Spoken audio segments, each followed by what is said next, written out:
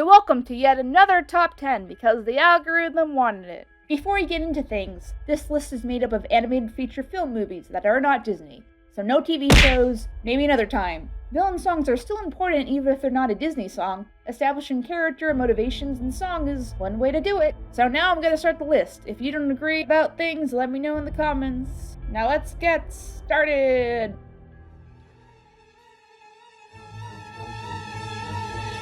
Honorable mention!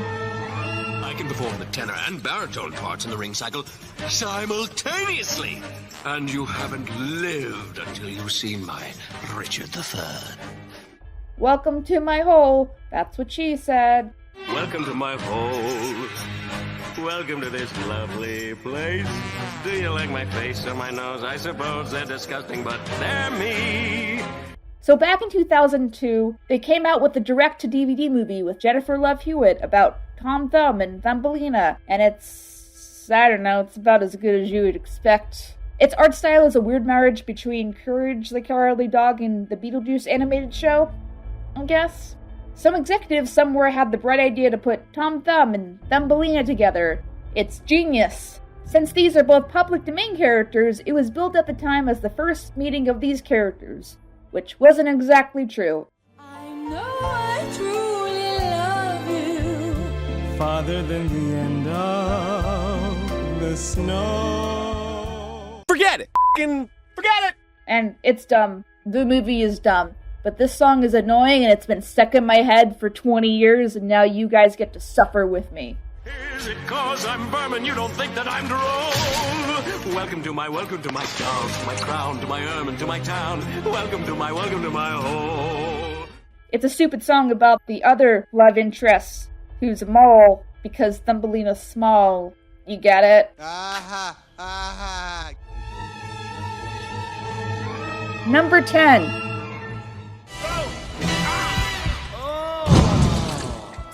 That's rather nice. Toxic Love. Toxic love. Okay, make your Rocky Horror Picture joke here. For those who don't remember, Tim Curry was all over the animation scene in the 90s and early 2000s. You know, Nigel Thornberry.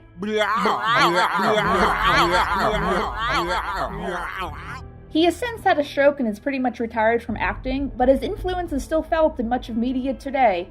Ferngully is probably not the best example of this because, you know, Ferngully. Just slice a path of doom with my sweet breath to guide it. Yes, but by itself, we don't get to hear a lot of Tim Curry's singing skills, to the point where he gets his own song. I think the other most notable time is in the Beauty and the Beast midquel thing that has its own problems. They can't fall in love if they're dead. Yes, they can. Yeah, I guess you're right. Toxic Love is also notable because Curry, embodiment of destruction in this film named Hexus, has kind of this weird sexual undertone in this song, which is odd, especially since this is a kid's film, right? Like some of the other songs on the list, it's kind of catchy if you grew up with it. And the animation itself is pretty good, but also, you know, Ferngully.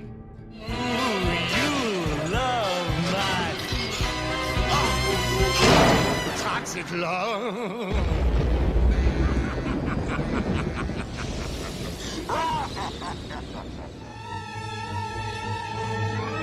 Number 9. Ladies and gentlemen, Berkeley Beatles proudly presents Bumbalina! You beautiful baby. It's gonna roll, my ladybug, you beautiful baby. So I have a weird relationship with Don Bluth's Thumbelina, proving that if the studio doesn't actively try to keep characters in the public eye, as well as your movie's plot kind of being people don't seem to remember it. Imagine that. So once I grew up a little bit, I was like, oh, this movie sucks. I mean, it's okay, but it's not really that deep plot-wise. There's also the issue of Thumbelina herself being a literal MacGuffin who was lost in the woods, and a bird actively in the plot. This part is the dumbest. Just get on the bird and go home. There you go, that's the end of the movie. And guess which of your favorite 90s comedians starred in Fox's smash hit Thumbelina? Come on, anything but Morty. Let's go. Come on, baby. No whammies. Stop. Okay, that's it. Oh, it's Gilbert Gottfried. KP, Gilbert didn't sing the song, though. What do you mean he didn't even sing his song? Hiya, Toots! Beetle's my name, and Razzmatazz is my game. Hot to trot! I'm honestly surprised the Beetleball doesn't have a more meme following based on just its cringe value on the level of Shrek. Because Shrek, it's kind of annoying how catchy it is, if you can get past the whole not Gilbert Godfrey sing thing. Oh, his name is Randy Crenshaw. Okay? You're beautiful, baby. Number 8.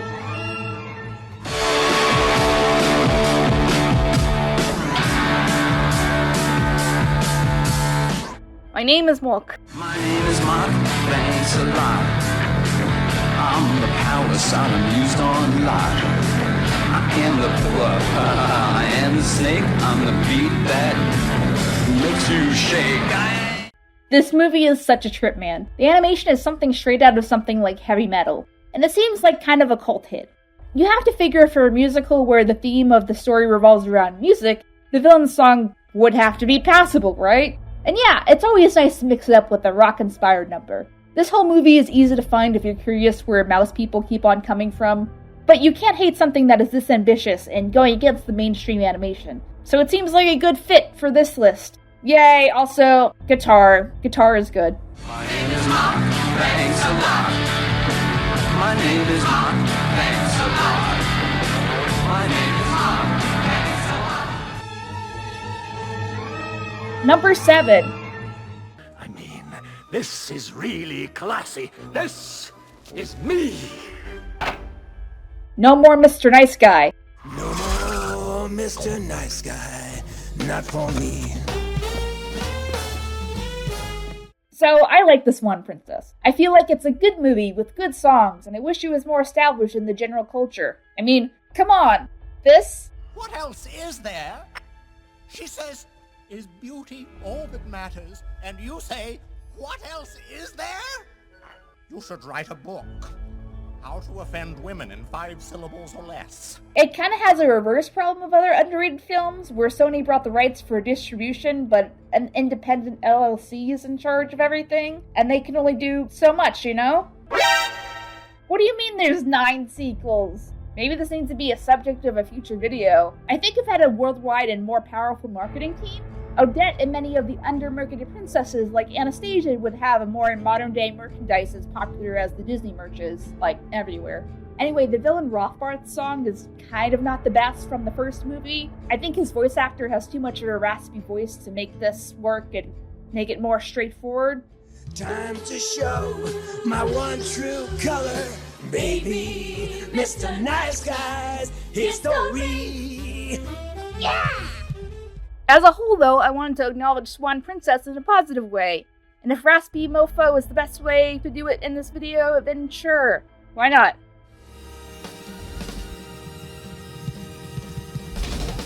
Thank you, thank you, thank you.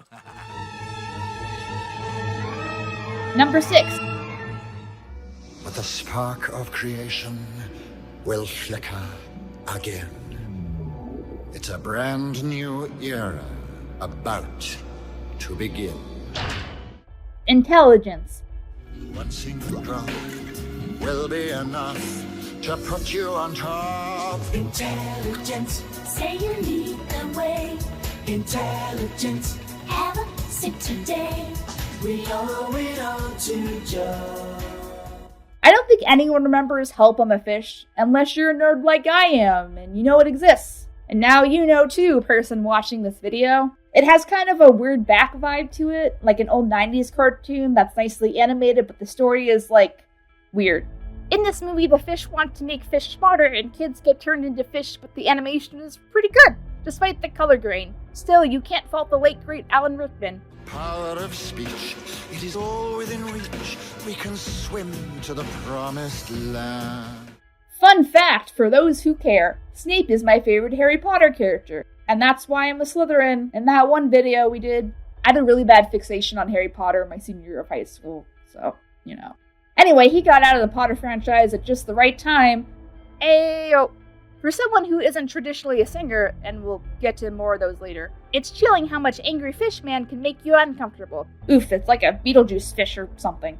Such disgusting attire. I know what you are. Number 5.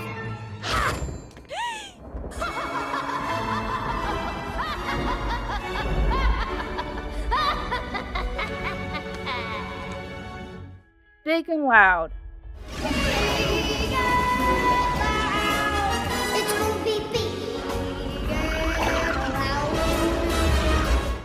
Speaking of movies the studios just mess up, Cats Don't Dance is also really good. If you're up for animals acting as metaphors for stereotypes pre-Zootopia, Cats Don't Dance is a great film about Hollywood and the Golden Age and how you might not achieve your dreams, but then you do at the very end. It's like Warner Brothers isn't good with marketing its good films in the 90s. Imagine that! The villain in this movie is Darla Dimple, who later helps inspire My Little Pony's Cozy Glow. In case you care, but now you know that. She has a Shirley Temple vibe, sweet on the surface but power-hungry and manipulative, because she doesn't want anyone else in the spotlight. And she has an awesome villain song. Whoa! Is that blackface, dude? The imagery there is especially good and kind of hellish in feel. She's scary. She's got a good song to prove it, and a good reprise.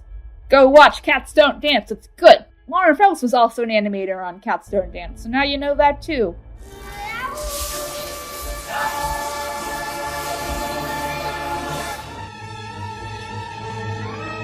Number 4. We must go find the source of it! But what is the source?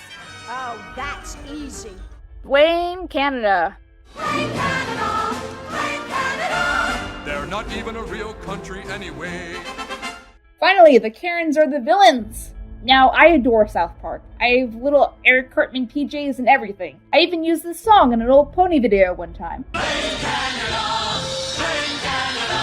I feel like it's one of the only shows that continues to remain not only relevant, but consistently good. I think it would be an interesting media study to see how its evolving nature keeps this show great. I chose Blame Canada because the lyrics are much tighter and also more universally relevant and relatable to any Karens you might have met.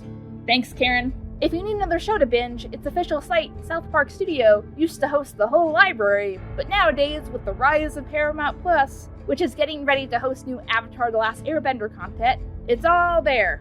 Happy streaming.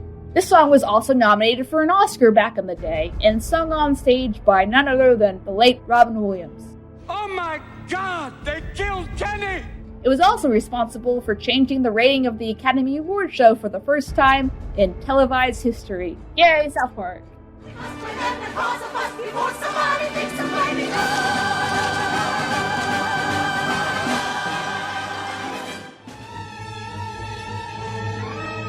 Number 3.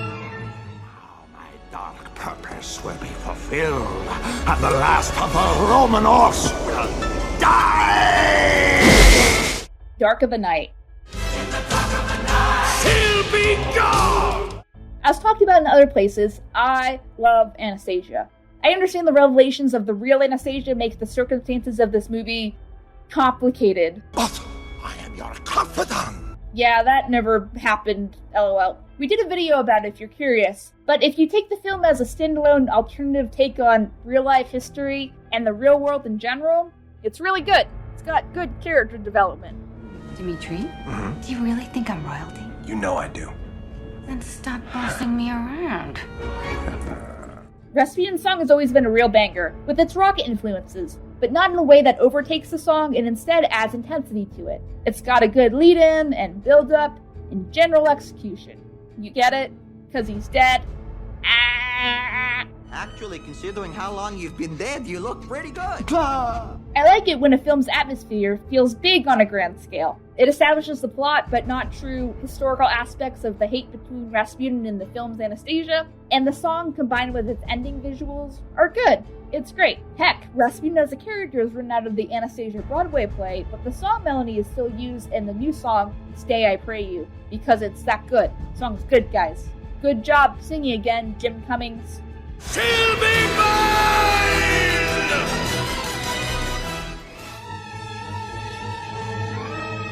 Number 2. Ladies and gentlemen, I'd like to dedicate this song to Princess Fiona and Prince Shrek. Holding Out for a Hero. Hit it!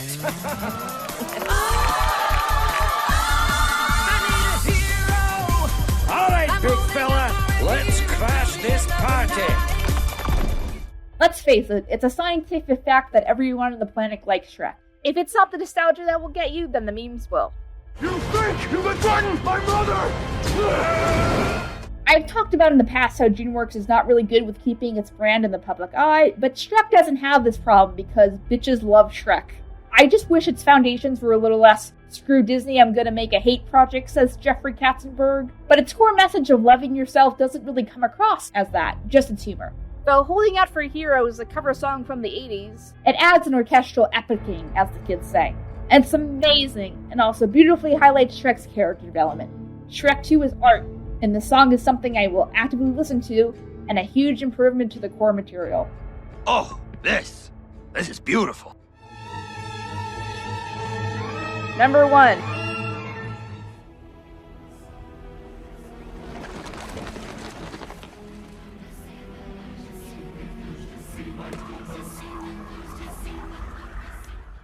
The Plagues.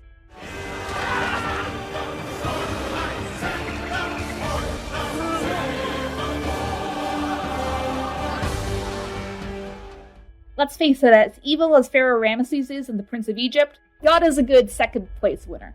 I am obsessed with this song. I actively listen to it on different speeds, the lesser Broadway musical version, and this awesome dubstep remix. You're welcome, #JuiceStep.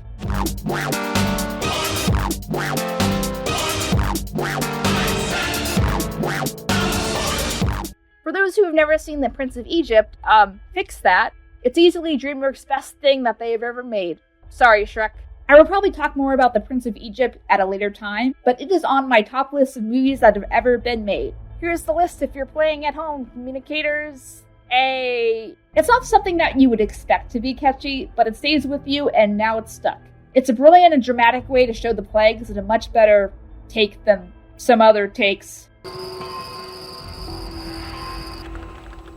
Priest! Priest! Let the rats disappear at once! That's not possible! The God of Israelites must be more powerful than our gods! It also shows something that is important in the modern Exodus story, which is how polarizing God bringing these plagues is on Moses. It's not the general Egyptians' fault that their pharaoh is stubborn and selfish. If nothing gets you, then at least enjoy that Ralph Fiennes sings this, who is the same actor as Voldemort in the Harry Potter series. You who I called brother, how could you have come to hate me so? Is this what you wanted? Yes, there are AMVs if you're curious. But I've memorized all of this song, even the little bits at the beginning, and it's great and it's dramatic, and I love it forever and ever.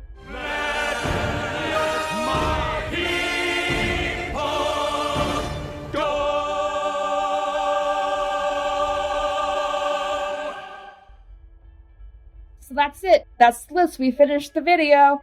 Do you like the movies on this list? Is there any that you want me to talk about more? Let me know in the comments thing. The comments, that's what it's there for. As always, remember to subscribe and turn the notification thing on, whatever. And keep on watching KP and stuff. And that's all, folks, except it's not time for the ending gag.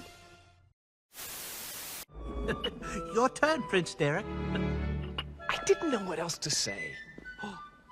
You lost your queen, Derek.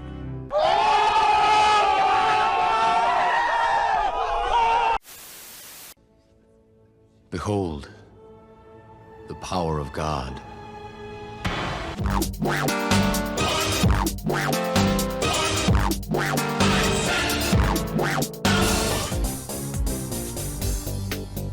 Hey everyone, thank you so much for watching. If you like what you saw, please remember to leave a comment and share this video with a friend or two or 5. Click here to subscribe, we really appreciate it. Click here to check out the main collaborator for the video. Click here to check out our video playlist for this video, where you'll find similar videos that you might just like, hopefully. There's also a credit scroll here to check out all the other awesome contributors. All their info is in the description. That's all I gotta say, KP away!